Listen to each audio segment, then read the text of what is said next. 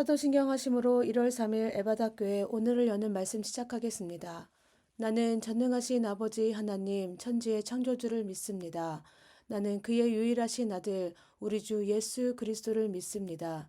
그는 성령으로 잉태되어 동정녀 마리아에게서 나시고 본디오 빌라도에게 고난을 받아 십자가에 못 박혀 죽으시고 장사된 지 사흘 만에 죽은 자 가운데서 다시 살아나셨으며 하늘에 오르시어 전능하신 아버지 하나님 우편에 앉아 계시다가 거기로부터 살아있는 자와 죽은 자를 심판하러 오십니다. 나는 성령을 믿으며 거룩한 공교회와 성도의 교제와 죄를 용서받는 것과 몸의 부활과 영생을 믿습니다. 아멘. 오늘 우리에게 주신 하나님의 말씀은 출애굽기 3장 1절에서 12절까지 말씀입니다. 모세가 그의 장인 미디아 제사장 이드로의 양떼를 치더니 그 떼를 광야 서쪽으로 인도하여 하나님의 산 호렙에 이르매 여호와의 사자가 떨기나무 가운데로부터 나오는 불꽃 안에서 그에게 나타나시니라. 그가 보니 떨기나무에 불이 붙었으나 그 떨기나무가 사라지지 아니하는지라. 이에 모세가 이르되 내가 돌이켜 가서 이 큰 광경을 보리라. 떨기나무가 어찌하여 타지 아니하는고 하니 그때에 여호와께서 그가 보려고 돌이켜 오는 것을 보신지라.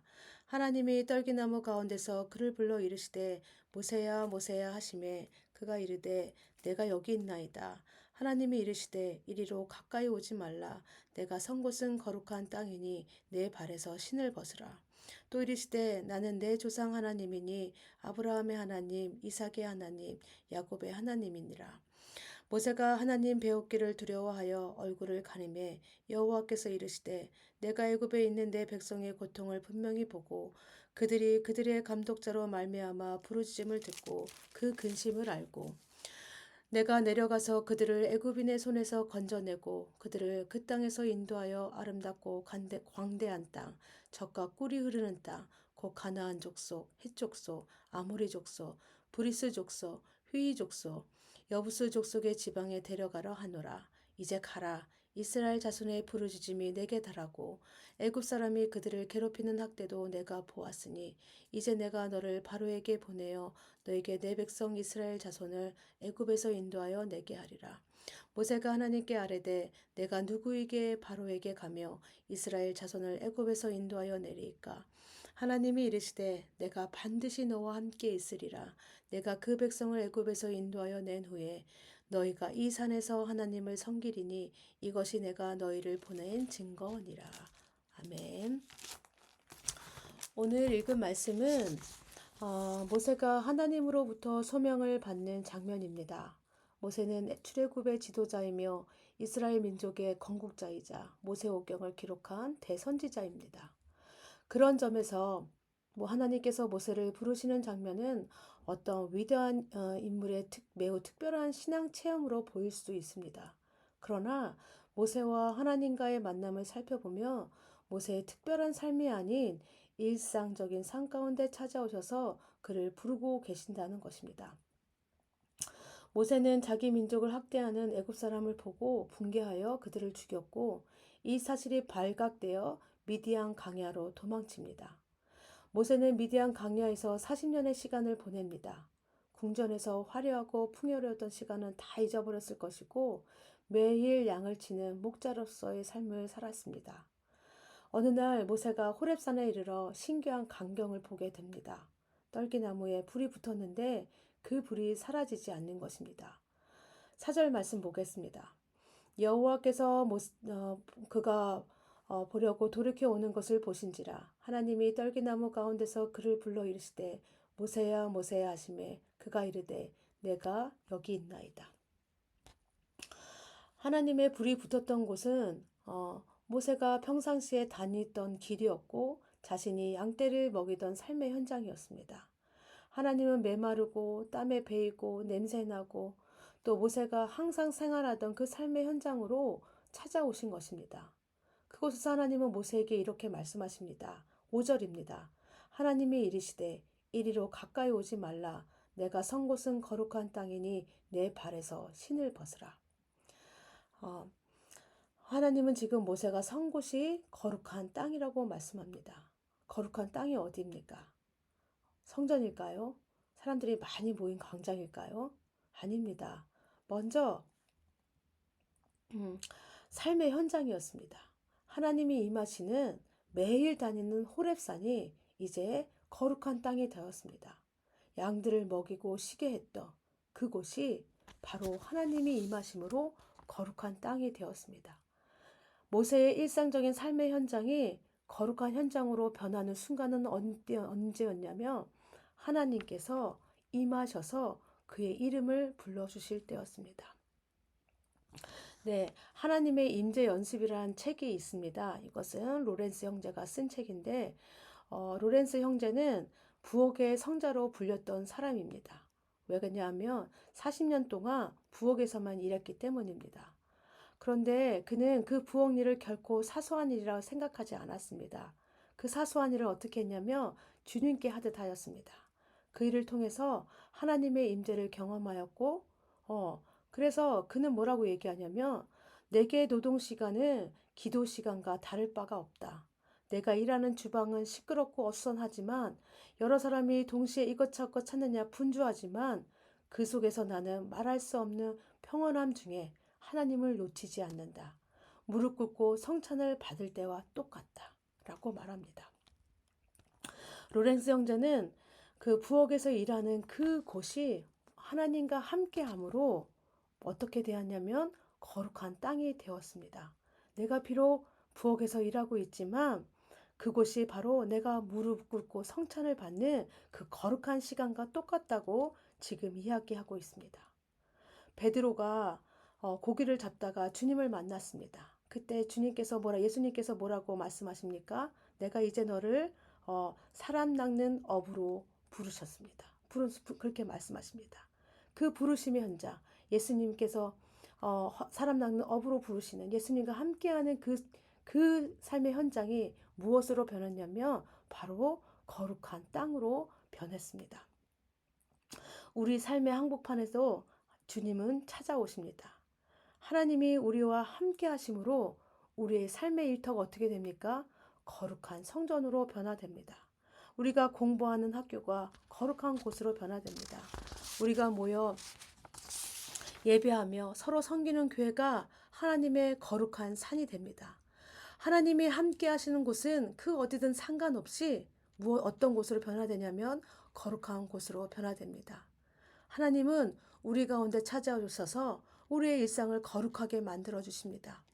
모세가 특별하기 때문에 그를 부르셔서 민족의 지도자로 삼으신 것이 아닙니다.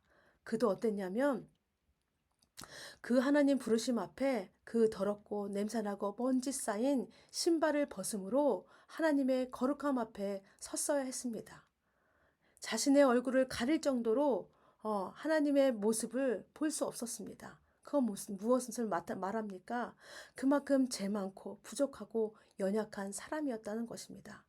그런데 하나님은 모세를 만나기 위해 호렙산 떨기나무 가운데 찾아오십니다. 떨기나무가 어떤 나무입니까? 가장 초라하고 메마르고 가장 흔하게 있던 광야에 흔하게 있던 그런 나무입니다. 그 나무 가운데 찾아오셔서 어떻게 하고 계십니까? 거룩한 삶으로 인도해주고 계십니다. 우리의 삶도 마찬가지입니다. 떨기나무 같은 우리의 삶입니다. 거칠고 부족하고 연약하고 메마른 죄 많은 우리의 삶입니다. 그런데 그 삶 가운데 하나님께서 직접 찾아오셔서 우리를 거룩한 삶으로 인도해 주고 계십니다. 부르심 받은 삶, 거룩한 삶은 우리 일상 가운데 함께 하시는 하나님을 느끼며 그분과 대화하며 그분을 사랑하며 섬기는 마음으로 우리의 일을 감당하게 하는 것입니다. 그런데 이런 하나님 부르심 앞에 모세의 반응은 어떻습니까? 하나님께서 이스라엘 자손의 부르짖음을 들었고 그의 학대를 보았습니다. 그래서 모세를 이제 이스라엘 자손을 애굽에서 인도해낼 지도자로 삼으십니다. 이때 모세가 보인 반응이 무엇입니까? 11절 말씀입니다. 모세가 하나님께 아뢰되 내가 누구이기에 바로에게 가며 이스라엘 자손을 애굽에서 인도하여 내리까? 무기력해진 모세의 모습입니다.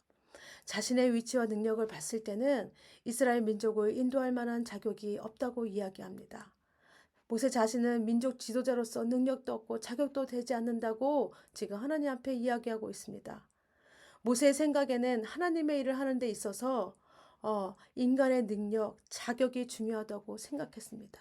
그런데 하나님의 생각은 어떻습니까? 12절 말씀입니다. 하나님이 이르시되 내가 반드시 너와 함께 있으리라. 내 백성을 인도하여 애굽에서 인도하여 낸 후에 너희가 이 산에서 하나님을 섬기리니 이것이 내가 너를 보낸 증거니라. 하나님의 구원의 역사를 이루어가는 사람들에게 내가 누구인가, 내가 얼마큼 자격이 되는가, 얼마큼 능력이 많은가는 중요하지 않습니다. 그 역사는 하나님의 역사이고 하나님께서 이루어가는 일이십니다. 하나님께서 함께 하시는 것이 더 중요하다는 것입니다. 하나님의 부르심은 내가 무엇이 준비되고 자격이 있어서가 아니라 우리가 하나님이 나와 함께하고 있냐, 이것을 믿느냐 믿지 않느냐가 더 중요하다고 지금 말씀하고 있습니다. 왜 그렇습니까? 하나님의 일은 사람의 능력으로, 사람의 자격으로 이루어지는 것이 아니라 하나님이 함께 하심으로 그 일들이 이루어지기 때문입니다. 내가 누구인가? 내가 무엇을 할 수 있는가? 이것이 중요한 게 아니라 내 안에 하나님이 나와 함께 하심으로 내가 이 일을 할 수 있는가가 더 중요하다는 것입니다.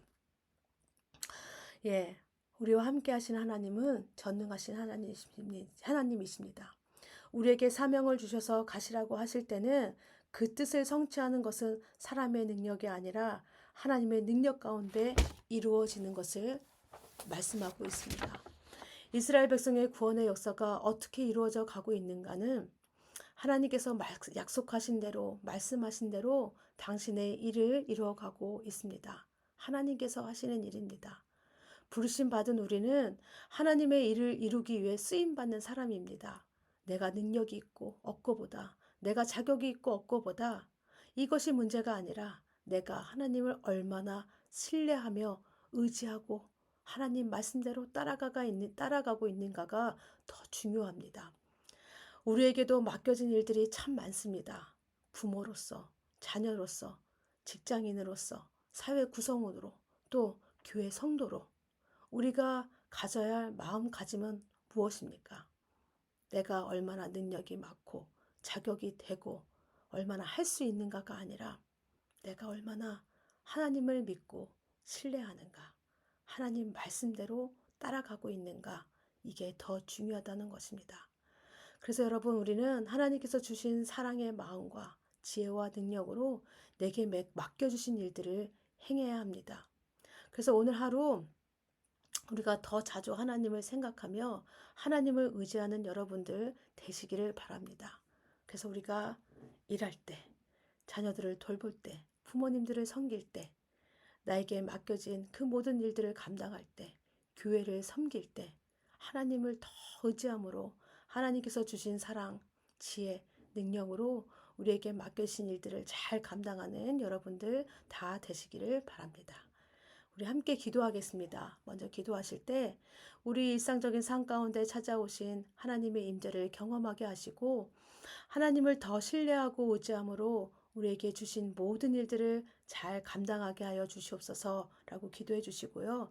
가정을 위해 기도하실 때는 부모로서 자녀를 하나님의 사랑으로 양육하게 하시고 자녀로서 또 마음과 정성을 다해 부모님을 섬기고 사랑하게 하소서라고 기도해 주시고 교회를 위해 기도할 때는 나에게 맡겨진 교회 사명들 하나님의 지혜, 능력으로 또 감당하는 또 하나님만 더 의지함으로 이 일들을 감당하게 하여 주시옵소서라고 기도해 주시기 바랍니다. 특별히 또 우리 교회 또 사무실 공사가 있습니다. 이 공사 하실 때 우리가 더 마음을 모으고 힘을 모으고 또 뜻을 모아서 함께 이 일들을 이루어 가기를 원합니다. 그래서 여러분 아무 사고 없이 이 공사가 잘 마무리되게 해달라고 기도해 주시고 또 시간 되시고 또 되시는 분들은 함께 참여함으로 이 공사를 함께 감당하는 우리 에바다 교회가 되기를 원합니다. 또 나라와 세계를 위해서 기도하실 때는 복음 전하시는 우리 선교사님들이 하나님의 임재를 경험하게 하시고 하나님을 더 신뢰함으로 맡겨진 사역들을 잘 감당하게 하여 주시옵소서라고 기도해 주시기 바랍니다. 공동체를 위한 기도는 우리 생각나는 성도님들을 위해서 기도하겠습니다. 또 기도 제목 아시는 대로 우리 성도님들을 위해서 각자 위해서 그분들을 위해서 함께 기도하는 시간 되길 원합니다. 네, 기도하신 후에 주기도문 하신 후에 모든 예배 순서 마치겠습니다.